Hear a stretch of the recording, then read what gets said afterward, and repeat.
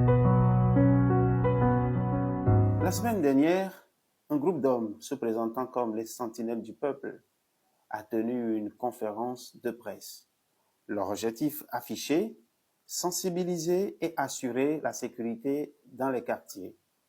À visage découvert, ils ont investi l'espace public avec une assurance déconcertante. Immédiatement, une question simple vient à l'esprit de tout citoyen attaché à l'état de droit. Cette initiative relève-t-elle de la vigilance citoyenne ou de la formation d'une milice? La différence n'est pas sémantique, elle est fondamentale. Dans une république, la sécurité est une prérogative exclusive et non négociable de l'État, via ses forces de police et de gendarmerie.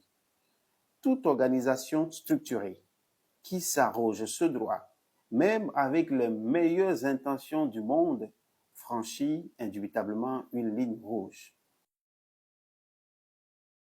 Le phénomène le plus troublant dans cette affaire n'est peut-être pas l'existence de ce groupe, mais la réaction étourdissante de silence des institutions de la République togolaise. Où est le ministre de la Sécurité? Pourquoi le procureur de la République ne s'est-il pas saisi de ce qui pourrait s'apparenter à une association en vue de troubler l'ordre public? Comment expliquer le contraste entre la dénégation récente du ministre des Droits de l'Homme, Pakoum Adjouroubi, sur l'existence des milices et cette exhibition publique qui semble les contredire? Ce silence n'est pas anodin. Il peut être perçu comme un acquiescement ou du moins une forme de tolérance inquiétante. Il envoie un signal dangereux. La sécurité pourrait devenir une zone grise, négociable en dehors du cadre républicain. Pour comprendre la gravité de la situation, il faut se souvenir de l'histoire récente du Togo.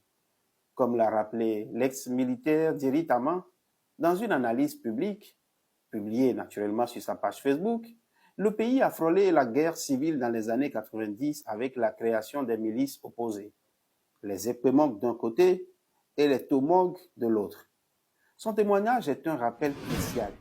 Nous avons frôlé la guerre civile. Moi-même, j'ai failli mourir, écrivait-il. Ces mots ne décrivent pas une lointaine situation ou un lointain souvenir. Ils sont un avertissement contre la répétition d'un scénario catastrophique. La question qui se pose aujourd'hui est donc, qui peut avoir intérêt à laisser se développer de telles ambiguïtés? L'existence et l'impunité de groupes armés non étatiques suggèrent toujours l'existence de protecteurs ou de commanditaires. Qui finance? Qui équipe? Qui assure l'impunité de ces sentinelles? En n'agissant pas, les autorités jouent avec le feu. Elles prennent le risque que d'autres groupes, peut-être, se constituent en sentinelles ou en milices rivales, ça dépend, au nom de la légitime défense ou d'allégeances politiques différentes. C'est la logique même de la fragmentation de la souveraineté et de la descente vers la violence généralisée. Le temps n'est plus au silence complice, mais à l'action républicaine claire. Il appartient au ministre de la Sécurité de rassurer la nation en rappelant solennellement le monopole de la violence légitime par l'État et en agissant en conséquence. Il appartient à la justice de faire son travail. Le Togo a déjà payé le prix du poison des milices. La sagesse commanderait de ne pas recommencer.